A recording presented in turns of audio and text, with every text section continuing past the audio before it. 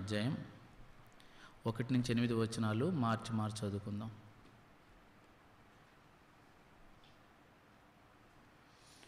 యోహాను సువార్త 15 అధ్యాయం 1-8 వచనాలు మార్చి చదువుకుందాం. నేను నిజమైన ద్రాక్షవల్లిని, నా తండ్రి వ్యవసాయకుడు.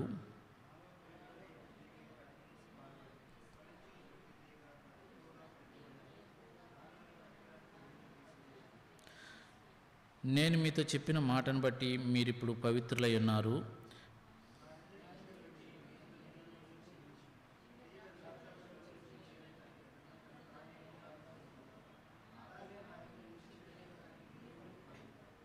ద్రాక్షవల్లి నేను, తీగలి మీరు.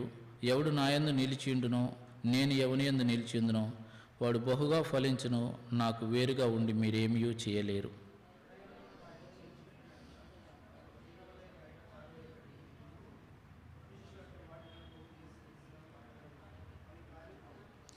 నా యందు మీరును, మీ యందు నా మాటలను నిలిచియుండినట్లా మీకేది ఇష్టమో అడుగుడి, అది మీకు అనుగ్రహింపబడును.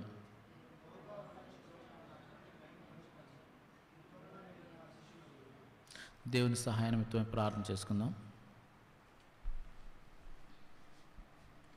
మహాపరిశుద్ధుడా, పూజనీయుడా, జీవం గల రక్షక, మీ బంగారు పాదాలకు ఎల్లేని వందనాలు, స్తుతులు, స్తోత్రాలు మా ప్రభువా.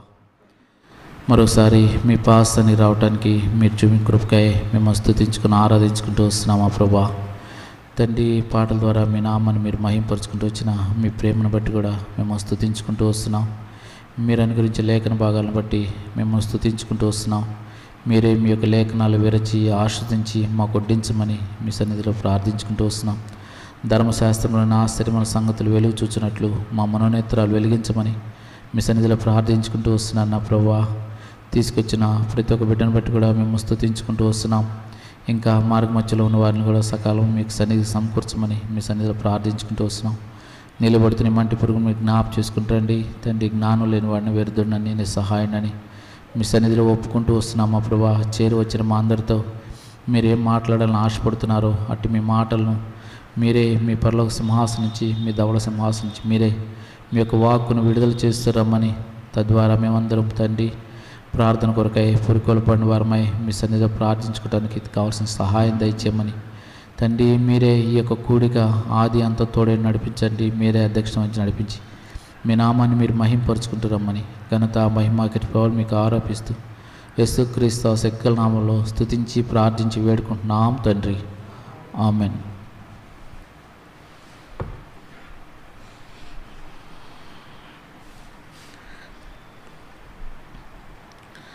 మొదటి వచనం యోహాను సువార్త 15 అధ్యాయం 1 వచనం. నేను నిజమైన ద్రాక్షవల్లిని, నా తండ్రి వ్యవసాయకుడు. యేసుక్రీస్తు ప్రభువారు తాను సెలవిస్తూ వస్తున్న మాట ఏంటంటే, నేను ద్రాక్షవల్లిని, తండ్రి వ్యవసాయకుడు అంటున్నాడు.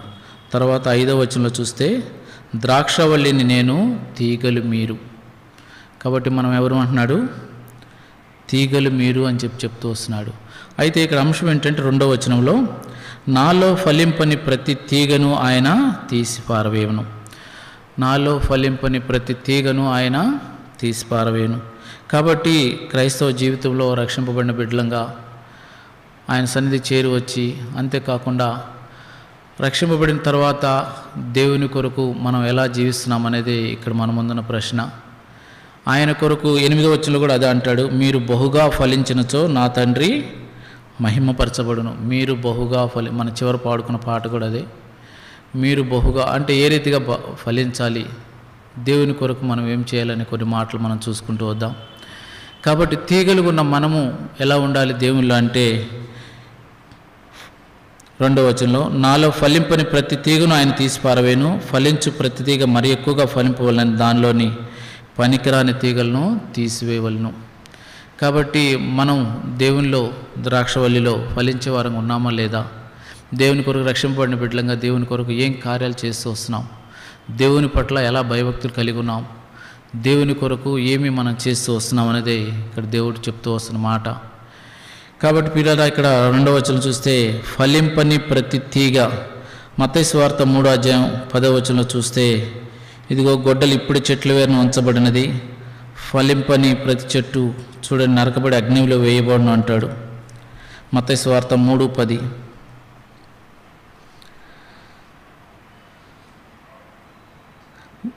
ఇప్పుడే గొడ్డలి చెట్టు వేరును ఉంచబడి ఉన్నది కనుక మంచి ఫలములు ఫలింపని ప్రతి చెట్టును నరకబడి అగ్నిలో వేయబడును.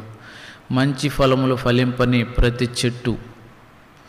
ఈరోజు మనం చూస్తూ వస్తే ఎన్నో మొక్కలు ఇళ్ళ ఆవరణలో మనం నాటుతూ వస్తాం. దేని కొరకు అసలు ఏ ఉద్దేశంతో మనం నాటుతూ వస్తామంటే దాని నుంచి ఏదైనా కొద్ది గొప్ప మనం ఆశించే నాటుతాం. పూలు కాసే చెట్లు అయితే పూల కుండీలో పెంచుకుంటూ వస్తారు, లేదా గార్డెన్లో పెంచుకుంటూ వస్తారు, లేదా ఇంకా ఇంటి ముందు ఏమైనా కొంచెం ఆవరణ ఎక్కువ ఉంటే ఏదైనా మామిడి చెట్టు లేకపోతే ఇంకా సపోటా చెట్టు అట్లా ఏమైనా పెంచుకుంటూ ఖాళీ స్థలాలు ఎక్కడున్నా కూడా అవి పెంచుకుంటూ వస్తారు. దేనికోసం అంటే పండ్లను ఆశించి. కాబట్టి దేవుడు కూడా మనల్ని రక్షించుకున్న ఉద్దేశం ఏంటి అంటే తన కొరకు ఏదైనా ఫలించాలి, తన కొరకు ఏదైనా చేయాలి అన్న ఆశతోనే దేవుడు మనల్ని రక్షించుకుంటూ వచ్చాడు. 1 పేతురు పత్రిక 2:9 చెప్తాడు చూడండి. 1 పేతురు పత్రిక 2:9 అంటాడు, ఆయన గుణాతిశయములు ప్రచురం చేయ నిమిత్తం అంటాడు. 1 పేతురు పత్రిక 2:9. అయితే మీరు చీకటిలో నుండి ఆశ్చర్యకరమైన తన వెలుగులోనికి మిమ్మును పిలిచిన వాని గుణాతిశయములను చాలండి. ఏం చేయాలంటున్నాడు? ఆయన యొక్క గుణమును అతిశయములను ప్రచురం చేయటానికే ఎక్కడి నుంచి మనల్ని పిలుచుకొచ్చాడు అంటున్నాడు? చీకటిలో నుండి ఆశ్చర్యకరమైన తన వెలుగులోనికి. పాపపు అంధకారంలో జీవిస్తున్న మనల్ని ఎంతో భయంకరంగా రోమా 6:23 మనకు తెలుసు, పాపం వల్ల వచ్చే జీతం మరణము అని. ఆ నిత్య నరకాగ్నికి ఆ యొక్క పాతాళానికి గురి కావాల్సిన మనల్ని దేవుడు ప్రేమించిన వాడై 1 యోహాను పత్రిక 3:16 తెలియజేసి వస్తాడు. ఆయన మన నిమిత్తం ప్రాణం పెట్టిన కనుక దీనివల్ల ప్రేమ వెల్లడగుచున్నదే అంటాడు. మన కొరకు ఆయన ప్రాణం పెట్టడమే కాకుండా ఆయన యొక్క ప్రేమను మన పట్ల వెల్లడిపరిచిన దేవుడిగా ఉంటూ ఉన్నాడు. ఇంత గొప్ప క్రయాన్ని కీర్తనలు 49:9 అంటాడు, వారి ప్రాణ విమోచన ధనము బహు గొప్పది, అది ఎన్నటికీ తీరక అట్లుండవలసింది అని చెప్పి దేవుడు సెలవిస్తూ వస్తాడు. ఇన్ని కార్యాలు నీ కొరకు చేసిన దేవునికి మనము ఆయన కొరకు ఏ రీతిగా ఫలిస్తూ వస్తున్నాం. అక్కడ చాలా సీరియస్ చెప్తూ వస్తున్న మాట అంటే నాలో ఫలింపిన ప్రతి తీగను తీసివేయబడి పారవేయబడును, అంతేకాకుండా ఇంకొస్తే చూస్తే అది కాల్చివేయబడును అని చెప్తూ వస్తున్నాడు. కాబట్టి ప్రియులారా, రక్షింపబడిన బిడ్డలంగా దేవుని కొరకు ఏం చేస్తూ వస్తున్నామన్నదే మన ముందున్న ప్రశ్న. చూడండి, యెషయా గ్రంథం 49వ అధ్యాయం అనుకుంటాను.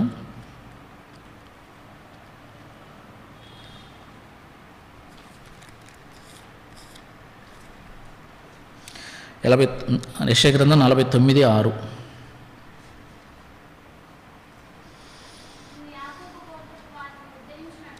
నీవు యాకోబు గోత్రపు వారిని ఉద్ధరించినట్లును ఇశ్రాయేల్లో తప్పింపబడిన వారిని రప్పించినట్లును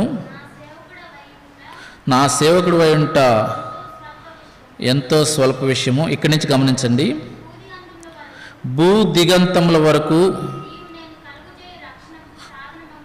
నీవు నేను కలుగజేయ, అంటే దేవుడు చెప్తాను, నేను కలుగజేయ రక్షణకు సాధనమొకటకై అన్యజనులకు వెలుగై ఉండునట్లు నిన్ను నియమించి ఉన్నాను. అన్యజనులకు వెలుగై ఉండునట్లు నేను నిన్ను నియమించి ఉన్నాను అని చెప్తున్నాడు. కాబట్టి ఇదే యోహాను సువార్త 15:16 ఉంటుంది, నేను మిమ్మల్ని ఏర్పరచుకు నియమించి ఉన్నానంట. 16 లాస్ట్లో ఉందన్నమాట. మీరు నన్ను ఏర్పరచుకోలేదని చెప్పి మొదటి మాట చెప్తున్నాడు. తర్వాత అదే 15:6లో నేను మిమ్మల్ని ఏర్పరచుకొని నియమించి తిని అంటాడు. కాబట్టి ప్రియులారా, దేవుడు మనల్ని రక్షించుకునే ఉద్దేశం, మనల్ని ఏర్పాటు చేసుకునే ఉద్దేశం, మనం రక్షణ పొందాం, బాప్తిసం పొందాం, చాలు మనకు పరలోక రాజ్యం గ్రాంట్ చేయబడింది అని కాదు. కానీ నీ వలన కొన్ని ఆత్మలైనా దేవుని ఎదుగు చేర్చబడటం, కొన్ని ఆత్మలు చేర్చబడటమనే కాదు, కానీ ఈరోజు మన కళ్ళ ముందు మన ఇరుగు పొరుగు వారైతేనే, మన బంధువులైతేనే, మన ఆప్తులైతేనే ఎంతమంది కాలగర్భంలో కలిసిపోతూ ఉన్నారు ప్రియులారా. వాళ్ళు నశించిపోతే, దేవుని తెలుసుకోకుండా నశించిపోతే వాళ్ళ నిత్య నరకాగ్నికి, అగ్నిగుండానికి, పాతాళానికి గురయ్యేవారు ఉంటున్నారు. మొన్నటి వరకు వాట్సాప్లో ఒక మెసేజ్ చాలా వైరల్ అయింది. ఊపిరున్నంత వరకు దేవుని సువార్త చేయాలి, ఊపిరిపోతే దేవునికి లెక్క అప్పచెప్పాలని చెప్తున్నాడు.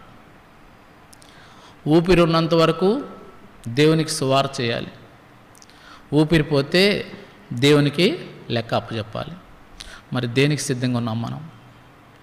దేవుడు ఆ తీర్పు దినాన నీవు నా కొరకు ఎన్ని ఆత్మలు సంపాదించావు, ఆత్మలు సంపాదించిన వారికి జీవ కిరీటాలు, అక్కడ మహిమ కిరీటాలు మన కొరకు దాచబడి ఉన్నాయి. మత్తయి సువార్త 5వ అధ్యాయం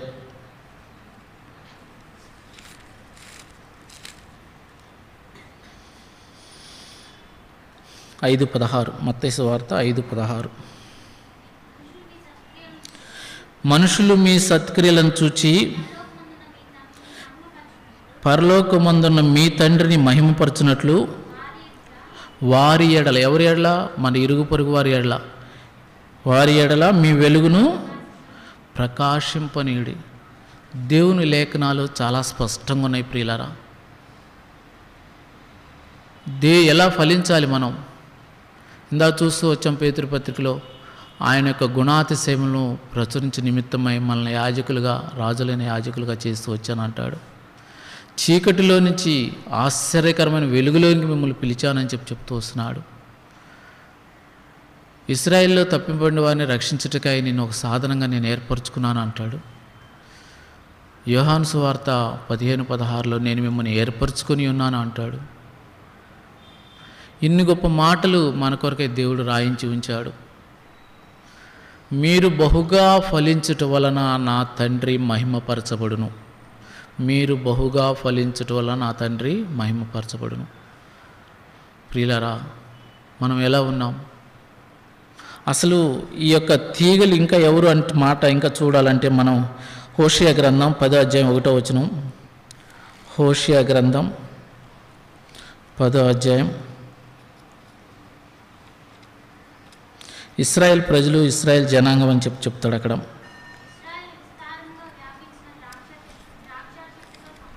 చూసారండి, ఇశ్రాయేలు విస్తారంగా వ్యాపిస్తూ వచ్చారంట. వాళ్ళు ఎవరు అంటే ఈ ద్రాక్ష చెట్టుతో సమానం అని చెప్తూ వస్తున్నాడు. ఇదే మాట మళ్ళీ కీర్తనలు 80వ కీర్తన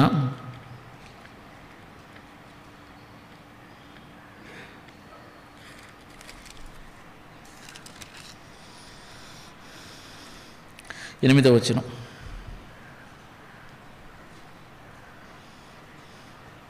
80వ కీర్తన 8వ వచనం. నీవు ఐగుప్తులో నుండి, చాలండి, నీవు ఐగుప్తులో నుండి ఒక ద్రాక్షావల్లిని తెచ్చితి. ఎవరన్నా ద్రాక్షవల్లి? ఐగుప్తులో నుంచి దేవుడు ఎవరిని రప్పించాడు? ఆ దాస శృంఖలాల నుంచి, ఆ వెట్టి చాకరి నుంచి ఎవరికి విముక్తి కల్పించాడు? ఇశ్రాయేల్ ప్రజలు. అందుకే ఆ మాట కీర్తనకారుడు చాలా చక్కగా రాశాడు. నీవు ఐగుప్తు నుండి ఒక ద్రాక్షవల్లిని తీసుకొని వచ్చి తెచ్చితివి అని చెప్తూ వస్తున్నాడు. కాబట్టి ప్రియులారా, ఆనాడు పాత నిబంధన గ్రంథంలో ఇశ్రాయేల్ ప్రజలు, ఈరోజు ఆ ఇశ్రాయేల్ ప్రజలు ఎవరు అంటే నీవు, నేనే. కాబట్టి ఇందాక మనం చూసినట్లుగా యెషయా గ్రంథం 49వ అధ్యాయంలో అనేక మందిని రక్షించడానికై దేవుడు నిన్ను ఏర్పరచుకున్నాడు. దేవుల్లో బహుగా ఫలించాలి. ఈ మధ్య మనం ఈ యొక్క పులిపెట్టి నుంచి అన్న చెప్తున్న వాక్యాలు ఎన్నోసార్లు మనం వింటూ వస్తున్నాం. మొన్న బైబిల్ స్టడీలో కూడా ఆయన యొక్క మహిమ పొందడానికి రక్షణ ఉచితమే కానీ మహిమ ఉచితము కాదు. ఆ మహిమ పొందాలంటే ఏమి చేయాలనే మాటల విషయంలో చాలాసార్లు దేవుడు అన్న ద్వారా పలికిస్తూ వస్తున్నాడు. మనం ఎంతైనా కూడా అనేక ఆత్మల రక్షణార్థమై దేవుని కొరకు జీవించాలని, ఒక్కసారి మన ఇరుగు పొరుగు ఉన్న పరిస్థితులు, చుట్టూ జనము, లేదా మనతో పాటు పనిచేసే కొలీగ్స్ అయితేనేమి, మనం పనిచేసే చోట్ల ఉన్న ప్రదేశాల్లో ఉన్నవారైతేనేమి, మన ఇరుగు పొరుగు వారైతేనేమి, ఎంతోమంది కాలగర్భంలో యాక్సిడెంట్స్తో అయితేనేమి, ఇంకా భయంకరమైన పరిస్థితుల ద్వారా అయితేనేమి, అనారోగ్యాల ద్వారా అయితేనేమి, మొన్న మనందరికీ తెలుసు కరోనా వైరస్. ఆ యొక్క కరోనా వైరస్తో దాదాపు 1,00,00,000 చిల్లర మంది ఏమో అమెరికాలో నశించిపోయారు. మన ఇండియాలో దాదాపుగా 6 లక్షల మంది ఏమో చనిపోయారు. వారందరూ కూడా ఎక్కడికి వెళ్ళారంటే నిత్య నరకాగ్నికి, అగ్నిగుండానికి, పాతాళానికి గురయ్యారు. ప్రియులారా,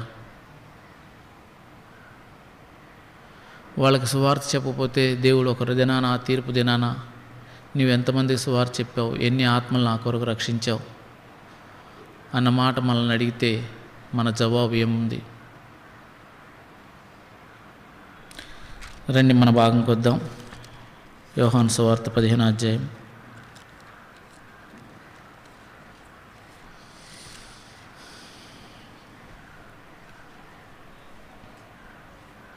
2వ వచనం.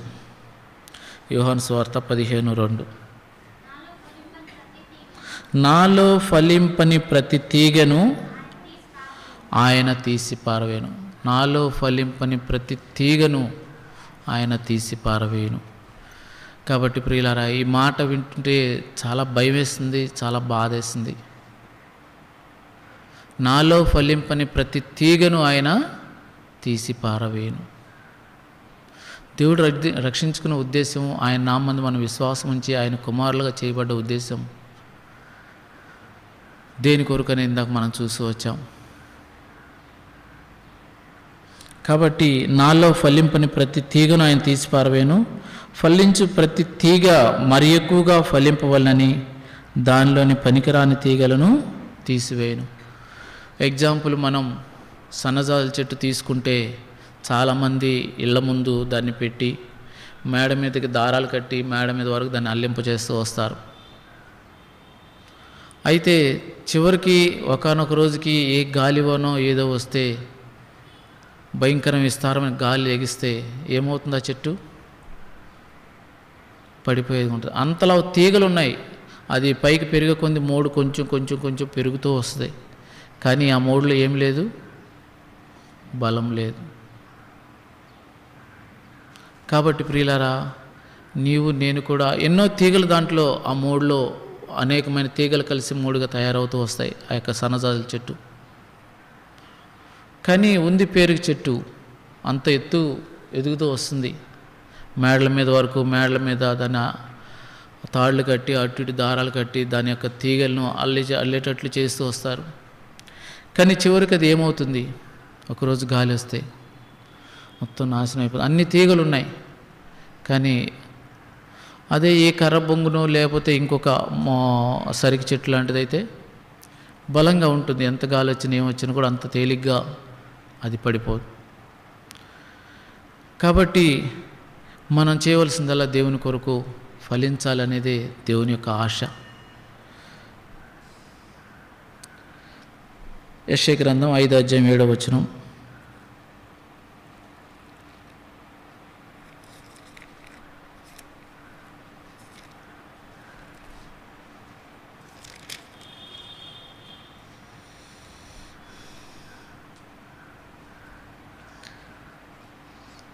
యెషయా గ్రంథం 5వ అధ్యాయం 7వ వచనం. ఇశ్రాయేలు వంశము సైన్యములకు అధిపతిగా యెహోవా ద్రాక్ష తోట. ఇందాక మనం యెషయా గ్రంథం, హోషేయ గ్రంథం 10వ అధ్యాయం 1వ వచనం చూసాం. ఆ యొక్క ద్రాక్ష తోట కానీ ద్రాక్ష వల్లి కానీ ఎవరు అంటే ఇశ్రాయేల్ ప్రజలు. ఇక్కడ కూడా మళ్ళీ తిరిగి అదే మాట సెలవేసి వస్తున్నాడు. ఏమంటే, ఇశ్రాయేల్ వంశము సైన్యములకు అధిపతిగా యెహోవా ద్రాక్ష తోట, యూదా మనుషులు ఆయనకిష్టమైన వనము. యూదా మనుషులు ఆయనకిష్టమైన వనము. కాబట్టి మీరు నేను ఆ యొక్క ఇశ్రాయేల్ ప్రజల వలె సనుక్కొని కొనుక్కోకుండా, హెబ్రీ పత్రిక 3వ అధ్యాయంలో రాస్తాడు, వారు సనుక్కోవటం ద్వారా అరణ్యంలో శవములై రాలిపోయిరి అంటాడు. చూద్దాం ఒక మాట. హెబ్రీ పత్రిక 3వ అధ్యాయం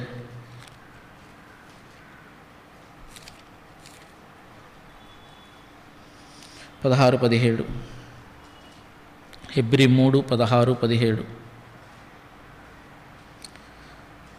విని కోపం పుట్టించిన వారెవరు? మోషే చేత నడిపింపబడి ఐగుప్తులో నుండి బయలుదేరి వచ్చిన వారందరే కదా. యవన మీద 40 ఏండ్లు ఆయన కోపగించెను, పాపం చేసిన వారి మీద కదా. వారి శవములు అరణ్యములో రాలిపోయాను. వారి శవములు అరణ్యములో రాలిపోయాను. కాబట్టి నీవు నేను అట్లా ఉండకూడదని దేవుడు కోరుకుంటూ వస్తున్నాడు. ఆయన కొరకు ఫలించే తీగలుగా మనం ఉండాలని ఆయన కోరుకుంటూ వస్తున్నాడు. అందుకనే యూదులు ఆయనకి ఇష్టమైన, ఏమంటున్నాడు ఇక్కడ, యూదా మనుషులు ఆయనకి ఇష్టమైన జనము. నీ కొరకు నా కొరకు దేవుడు ఎన్ని గొప్ప కార్యాలు చేస్తూ వచ్చాడంటే రోమా 8:29, రోమా 8:29,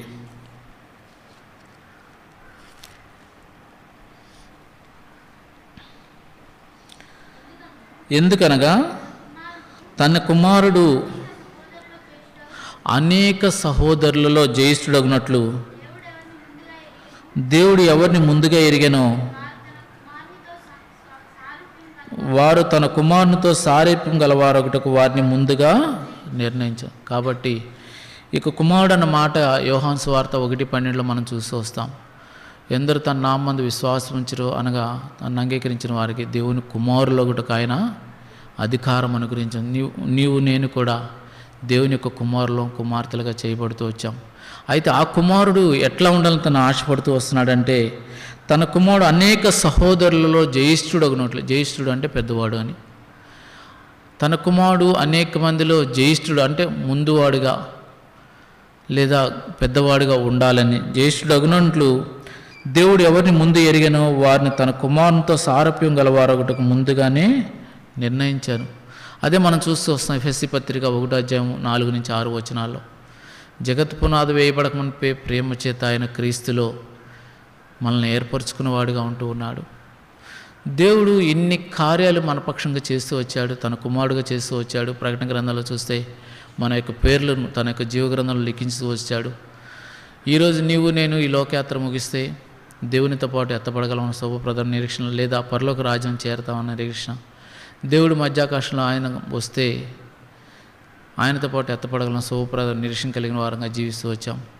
ఈ లోకంలో అట్టి ఆధిక్యత ఎంతోమందికి లేదు ప్రియులారా. నీకు నాకు దేవుడు గొప్ప భాగ్యంగా ఇచ్చాడు. కానీ మనము దేవుని కొరకు ఏం చేస్తూ వస్తున్నాం? రండి, మత్తయి సువార్త 12:24. టైం అయిపోతుంది.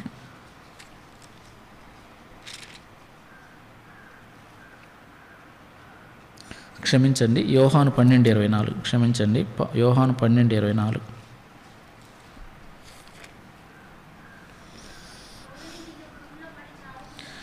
గోధుమ గింజ భూమిలో పడి చావకుండిన ఎడ్ల అది ఒంటిగానే ఉండును, అది చచ్చిన ఎడ్ల విస్తారముగా ఫలించును, విస్తారముగా ఫలించును. గోధుమ గింజ భూమిలో పడి చావకుండిన ఎడ్ల అది ఒంటిగానే ఉంటుంది. ఈ యొక్క గోధుమ గింజకి సాదృశ్యమే మన యేసుక్రీస్తు ప్రభువారు. మానవాళి పాపము నిమిత్తమై తను మనిషి ఆకారంలో ఈ భూమి మీద జన్మించి 33.5 సంవత్సరాలు జీవించి మానవాళి పాపమునకు ప్రాయశ్చిత్తం లేదని గ్రహించిన వాడాయి తన యొక్క విలువైన అమూల్యమైన ప్రాణాన్ని బలిగా అర్పించిన వాడిగా ఉంటూ ఉన్నాడు. తద్వారా ఈ యొక్క యేసుక్రీస్తు ప్రభువారు తన ప్రాణాన్ని అర్పించుకొని పోయే ముందే 12 మంది శిష్యులను సిద్ధపరుస్తూ వచ్చాడు. తను ఏదైతే ఆ యొక్క 3.5 సంవత్సరాలు విస్తారంగా సువార్త ప్రకటిస్తూ అనేక మందిని రక్షిస్తూ, అనేక కుంటి వారిని బాగు చేస్తూ, గురుడి వారికి చూపు దయచేస్తూ, అనేక వ్యాధిగ్రస్తుల్ని స్వస్థపరుస్తూ ఉండటమే కాకుండా తనతోనే ఆ పరిచర్య ఆగిపోలేదు ప్రియులారా. తన తర్వాత తన శిష్యుల్ని ఏర్పరిచాడు. మన కొత్త నిబంధన గ్రంథంకి వచ్చేసరికి పేతురు, కొంతమంది అనారోగ్యంగా ఉన్నవారు పేతురు నీడపడినా మేము స్వస్థనుందామని ఆశించడానికి మనం చూస్తూ వస్తాం. 12 ఏళ్ల రక్తస్రావ స్త్రీ విషయంలో దేవుని వస్త్రపు చెంగు ముట్టిన నేను స్వస్థపడుతున్న తను ఆశపడుతూ వచ్చింది. లూకాసు వార్త 7వ అధ్యాయంలో శతాధిపతి యొక్క దాసుడు చావు సిద్ధమై ఉన్నప్పుడు నీవు మాట మాత్రం సెలవు ప్రభా నా దాసుడు స్వస్థనుంతాడని అక్కడ దేవుడిచ్చిన సాక్ష్యం ఏంటంటే ఇశ్రాయేల్లో కూడా నేను ఇంత గొప్ప విశ్వాసం నేను కనుగొనలేదని చెప్పి శతాధిపతి గురించి దేవుడు సాక్ష్యం ఇస్తూ వస్తాడు. కాబట్టి ప్రియులారా, ఈ మాటలను ఎందుకు చెప్తున్నాడంటే తను ఒక్క దేవుని కుమారుడు, పరలోక రాజ్యంలో తండ్రి కుడిపార్శ్వం కూర్చుండవలసిన వాడు, ఆ దేవాదేవుడైన యేసుక్రీస్తు ప్రభువారే మీ నిమిత్తం నా నిమిత్తం తను గోధుమ గింజగా భూమిలో పడి తను చనిపోయి తద్వారా తన శిష్యులు అనేక మంది ఫలించడానికి కారకుడయ్యాడు. అందుకే ఆ మాట రాయబడింది, అది చచ్చిన ఎడల విస్తారంగా ఫలించును, అది చచ్చిన ఎడల విస్తారంగా ఫలించును. కాబట్టి మీ నా జీవితాలు ఫలించే ఉండాలని దేవుడు ఆశపడుతూ వస్తున్నాడు. కాబట్టి దేవుని కొరకు ఏదైనా ఒక తీర్మానం చేసుకొని నోటికి వచ్చి రాని మాటలతో నేను చిన్న సాక్ష్యం చెప్తాను. వైజాగ్లో స్టీల్ ప్లాంట్ మందిరం బ్రాంచ్ ఉంది. ఒక సహోదరి ఉంది అక్కడ. మనం కూడా సంఘంగా అనేకసార్లు సువార్తకు వెళ్ళాం. చాలామంది ఎక్స్పెక్ట్ చేస్తుంది ఏంటంటే ఏదో మనం ఆచారం ప్రకారం మనం తీసుకెళ్ళిన ఉద్దేశం ప్రకారం మనం సువార్త ఇచ్చుకుంటూ వస్తాం.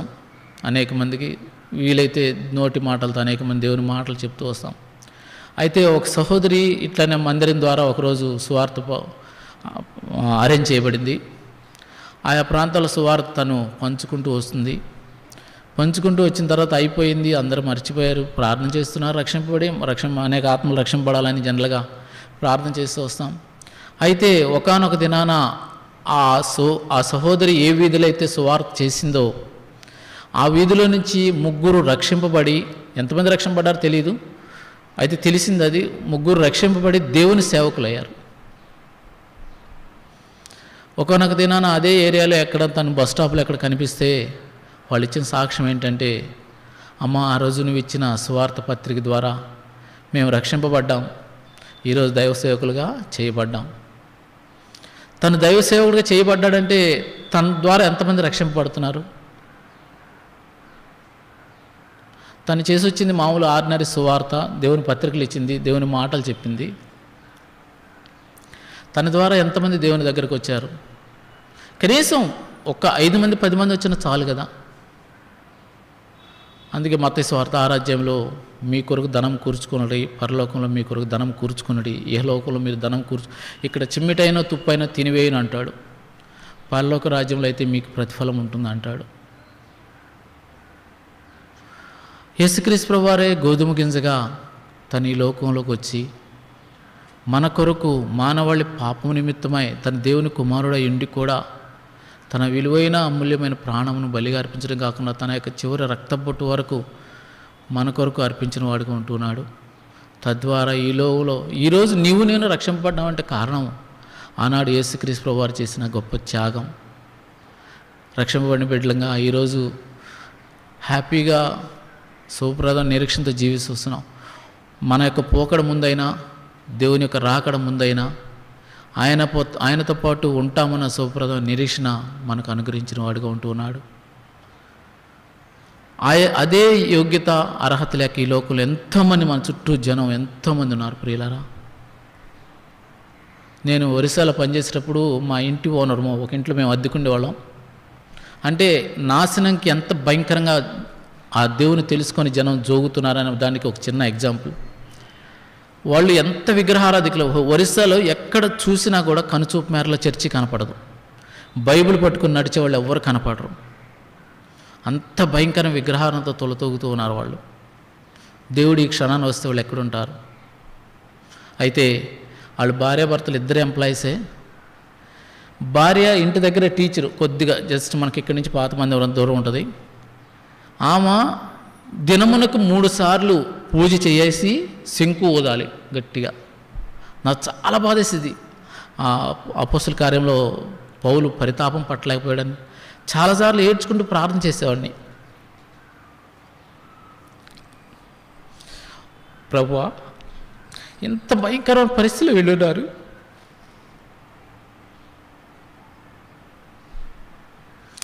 మీరు జ్ఞాపకం చేసుకోండి ప్రభువా, మమ్మల్ని రక్షించుకున్నారు. ఈ రోజున మీరు వస్తే మీతో పాటు ఎత్తబడాలో ఆ యొక్క పరలోక రాజ్యంలో మీతో పాటు ఉంటాము, ఆ యుగయుగంలో వెళ్ళేవారిలో మేము కూడా ఉంటామన్న శుభప్రదం నిరీక్షణ మాకైతే ఇచ్చారు. కానీ అట్టి నిజదేవుడిని ఇరుక్క వీళ్ళు భయంకరమైన పరిస్థితిలో ఉన్నారు నా తండ్రి, వారిని ఒకసారి జ్ఞాపకం చేసుకో ప్రభు అని. అక్కడ ఉన్నన్ని రోజులు కూడా ఇప్పుడు కూడా ఆ యొక్క రాష్ట్రాల గురించి, నాట్ ఓన్లీ ఒరిస్సా, ఇది ఎగ్జాంపుల్ మాత్రమే. ఒరిస్సా కానీ, గుజరాత్ కానీ, మహారాష్ట్ర కానీ, ఉత్తరప్రదేశ్ కానీ, మన దేశంలో సువార్త ద్వారాలు మూయబడుతూ వస్తున్నాయి. విగ్రహారాధన ప్రబలంగా పెరిగిపోతుంది. క్రైస్తవ దేశం అని పేరు చెప్పుకుంటున్న అమెరికాలో ఈ రోజున గుడులు కడుతున్నారు ప్రియులారా. అంటే మానవాళ్ళు ఎటు నుంచి ఎటు వెళుతుంది?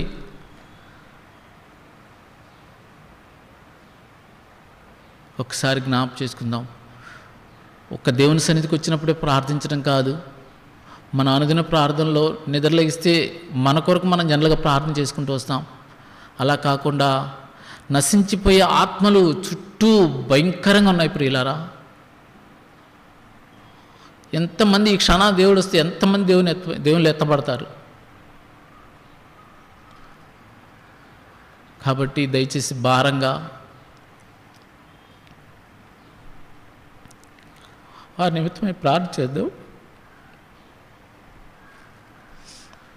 ఇంకొన్ని మాటలు చూసుకొని మన ప్రార్థనలకు వెళదాం. మత్తయి సువార్త 13:24-30 ఒక సాదృశ్యం ఉంది. మత్తయి సువార్త 13 అక్కడ గోధుమ గింజలు గొరుగులు గురించిన సాదృశ్యం ఉపమానం దేవుడు అక్కడ చెప్తూ వచ్చాడు. చూడండి, మత్తయి సువార్త 13:24.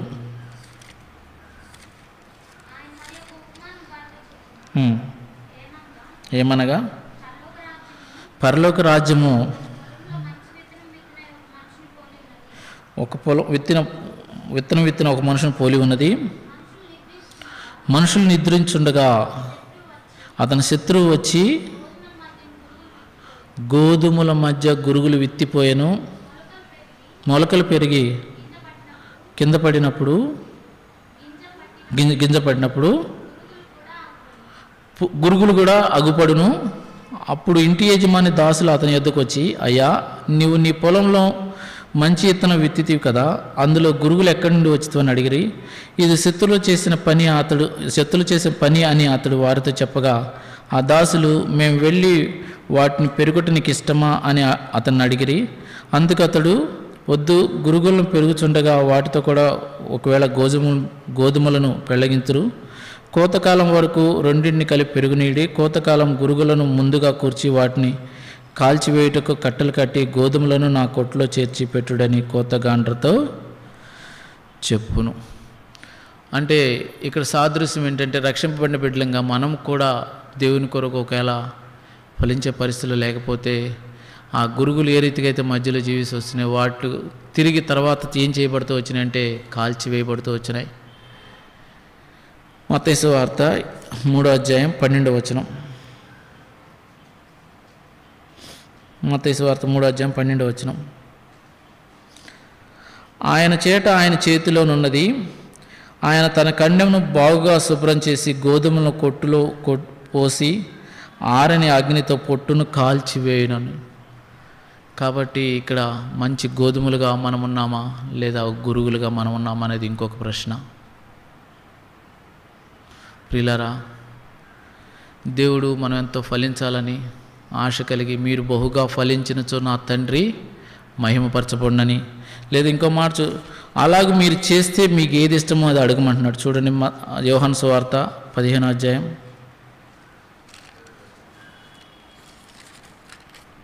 యోహాను సువార్త 15 7. యోహాను సువార్త 15:7. నా యందు మీరును మీ యందు నా మాటలను నిలిచియుండిన ఎడల మీకేది ఇష్టమో అడుగుడి, అది మీకు అనుగ్రహింపబడును. కాబట్టి దేవునిలో మనం ఫలిస్తూ ఉన్నప్పుడు దేవుని సన్నిధిలో మనం చేసే ప్రార్థన కూడా దేవుడు ఆలకిస్తానని చెప్తున్నాడు. ఆయన యొక్క మాటలు మనలో ఉండాలి. నా యందు మీరును మీ యందు నా మాటలను నిలిచియుండిన ఎడల మీకేది ఇష్టమో అడుగుడి, అది మీకు అనుగ్రహింపబడును. అదే మాటలు ఇంకా 13, 14 కూడా ఉన్నాయి. ఇదే యోహాను సువార్త 14 13 14. మీరు నా నామమున దేన్ని అడుగుదురో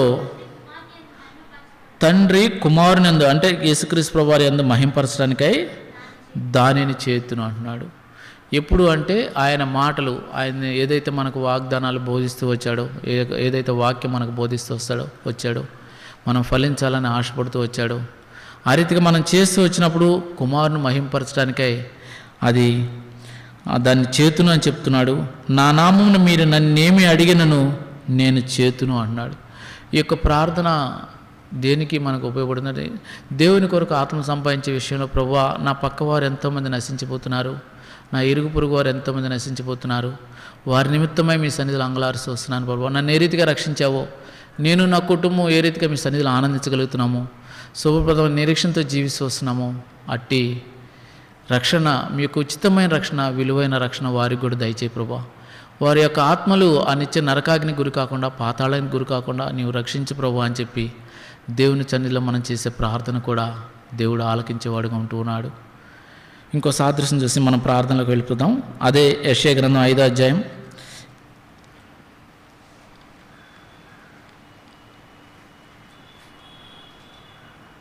యెషయా గ్రంథం 5వ అధ్యాయం మీ అందరికీ తెలిసిన భాగం ఇది కూడా.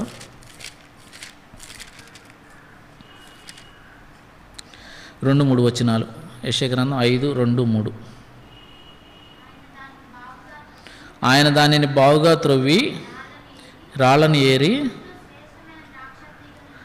శ్రేష్టమైన ద్రాక్ష తీగలను నాటించెను. దాని మధ్యన బురుజు ఒకటి వేయించి ద్రాక్ష చెట్టును తొలిపించెను. ద్రాక్ష పండ్లు ఫలింపవల్లని ఎదురు చూచుచుండెను,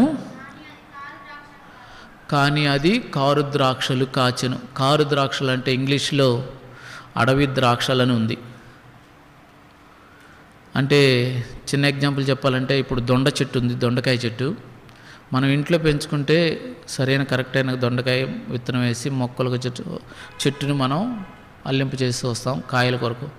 అదే దొండకాయ కూడా, ఇంకో పిచ్చి దొండకాయ కూడా దానంతట పెరుగుతూ వస్తుంది. అనేక సార్లు మీరు ఆ దొండకాయ చాలా చేదుగా ఉంటుంది. కాబట్టి ఇక్కడ ఏమంటున్నాడంటే కారు ద్రాక్షలు కాచారు అంటున్నాడు. మరి మీరు నేను కూడా దేవుని కొరకు మంచి ద్రాక్షలు ఫలించే వారంగా ఉంటూ ఉన్నామా, లేదా కారు ద్రాక్షలు ఫలించేవాడుగా ఉంటున్నామా? దేవుడు ఉద్దేశించిన ఉద్దేశం మన జీవితంలో ఎలా నెరవేరుతుంది? అందుకే ఇక్కడ క్వశ్చన్ వేస్తూ వస్తాడు చూడండి. 4వ వచనం, అదే యెషయా గ్రంథం 5:4. నేను నా ద్రాక్ష తోటకు చేసిన దానికంటే మరేమి దానికి చేయగలను? అది ద్రాక్ష పండ్లు కాయనని నేను కనిపెట్టినప్పుడు అది కారు ద్రాక్షలు కాయటకు కారణమేమి? అది కారు ద్రాక్షలు కాయటకు కారణమేమి? ప్రియులరా, రక్షింపబడిన బిడ్డలంగా నా కొరకు నా బిడ్డ ఏదైనా చేస్తాడు. కొన్ని ఆత్మలైన, ఒక్క ఆత్మ 2 ఆత్మలైన దేవుని కొరకు సంపాదిస్తాడని ఆశతో దేవుడు ఎదురు చూస్తూ వస్తున్నాడు.